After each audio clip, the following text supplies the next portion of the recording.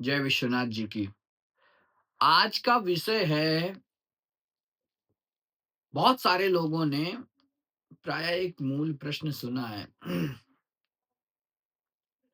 लोग कहते हैं गुरुजी आज के समय में शादी करना सबसे मुश्किल काम हो गया है। उसका कारण क्या है? समाज। जैसे लोग पहले होते थे वैसे आज भी हैं।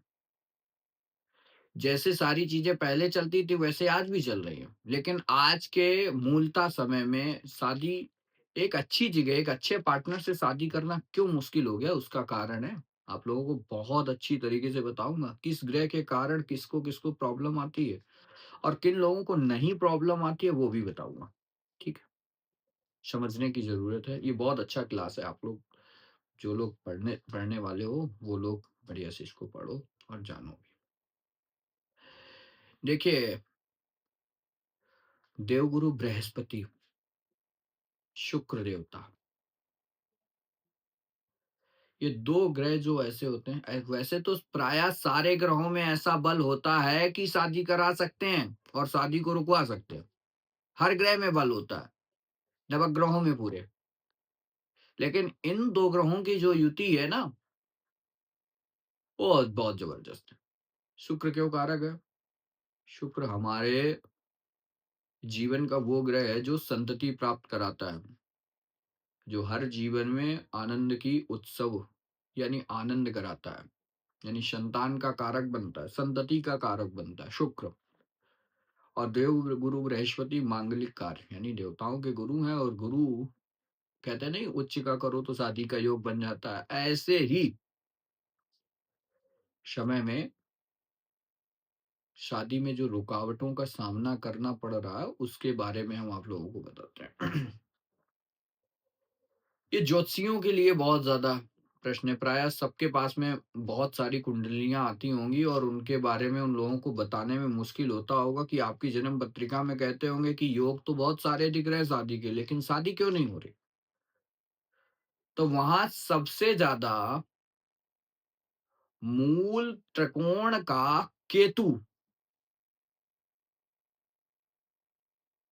की युति होगी या दृष्टि होगी 7वें घर में, या 7वें घर से केतु मूल त्रिकोण का संबंध बना हुआ हो, तो शादी में रुकावट डालेगा ही डालेगा।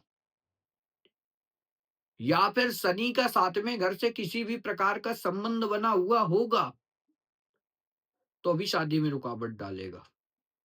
अब एक यहाँ पर चीज़ और आ जाती है। बृहस्पति देवता स्वयं 7वें घर में बैठ गए हों, तो भी शादी होने में प्रॉब्लम कराते हैं, शादी में रुकावट डालते हैं। तो समझना ये है, जब भी किसी भी जातक की कुंडली में शादी में रुकावट बहुत ज़्यादा आ रही हो, तो संतति का कारक होता है शुक्र। शुक्र यानी हमारा परिवार चलाने वाला, बीज को उत्पन्न करने वाला शुक्र में क्षमता है और किसी में नहीं है।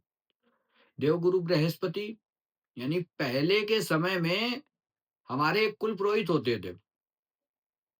कुल पुरोहित का कारण यही होता था, कुल पुरोहित की सेवा और पूजा पाठ की जाती थी। उससे बृहस्पति बहुत मजबूत रहता था। और शुक्र का कारक मतलब होता था संतति, यानी कुल के लोगों की पूजन पाठ, कुल के देवी देवताओं का पूजन पाठ।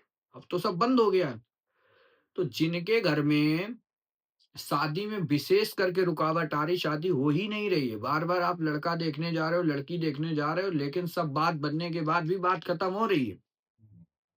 उसका मेन कारण है, केवल आप एक उपाय करो, यानी संतति को पकड़िए। यानी आपके कुल देवी-देवता जो हैं, उनका पूजन शुरू कर दीजिए और कुल के देवी-देवताओं का पूजन करने से ही शादी की सारी प्रॉब्लम खत्म हो जाएँगी। जो भी आपके घर पे शादी में रुकावटें आ रही है, केवल कुल की 16 माताएँ होती हैं और उन्हीं 16 माताओं का पूजन कीजिए केवल। गौरी, पद्मा, सची, मेधा, सावित्री, विजया, जया, देवसेना, स्वधा, स्वाहा, मातरो, लोकमातरा, धृति, पुष्टिस्तथा तुष्टिरात्मनः कुलदेवता, गणेशेनाधिकायेता वृद्धौ पूजा षोडशा। ये 16 प्रकार की माताएँ हैं, इन 16 प्रकार की माताओं को किसी ब्राह्मण के द्वारा पूजन कर दीजिए। और केतु का कारक होता है, केतु किसका कारक है? पितरों का। पितरों का कारक होता है, पितरों में भी देवताओं के पितरों का। तो पितृ देवताओं का पूजन करना प्रारंभ कर दीजिए, निश्चित है शादी में जितनी भी दिक्कतें आ रही हैं वो खत्म हो जाएँगी और आपके घर में बहुत जल्दी मांगलिक कार्य होंगे। और जितनी भी जिसकी भी जन्म पत्रिका में ये 3 ही ग्रह ज़्यादा रुकावट कारक शादी के बन रहे हैं। और वर्तमान समय में कलयुग में क्यों सबसे ज़्यादा यही प्रॉब्लम आ रही, क्योंकि ना कुल के देवी-देवताओं का पूजन होता है और ना ही कोई पितरों का पूजन करता है। इनका पूजन करना आप प्रारंभ करिए, आपके घर पे शादियाँ भी होंगी और बहुत जल्दी मांगलिक कार्य भी होंगे और सब कुछ अच्छा चलेगा। किसी भी प्रकार की कोई भी रुकावट नहीं आएगी। जय विश्वनाथ। अगर किसी भी प्रकार की आपकी जन्म पत्रिका में कोई भी समस्या हो तो हमें कमेंट में डाल दें, हम उसके बारे में आपको ज़रूर बताएँगे। यदि किसी भी प्रकार की समस्या हो तो हमें ज़रूर फ़ॉलो कर लें और हमारे वीडियो सारे देखें और उनके उपाय करें और निश्चित आपकी प्रॉब्लम सॉल्व हो जाएगी और ज़्यादा से ज़्यादा लोगों को ये वीडियो शेयर करें और जिन लोगों ने सब्सक्राइब भी नहीं किया वो सब्सक्राइब कर दें ताकि हर वीडियो आने से पहले उनको पता चल जाए। जय विश्वनाथ जी की नेक्स्ट वीडियो पे फिर मिलता हूँ आपसे।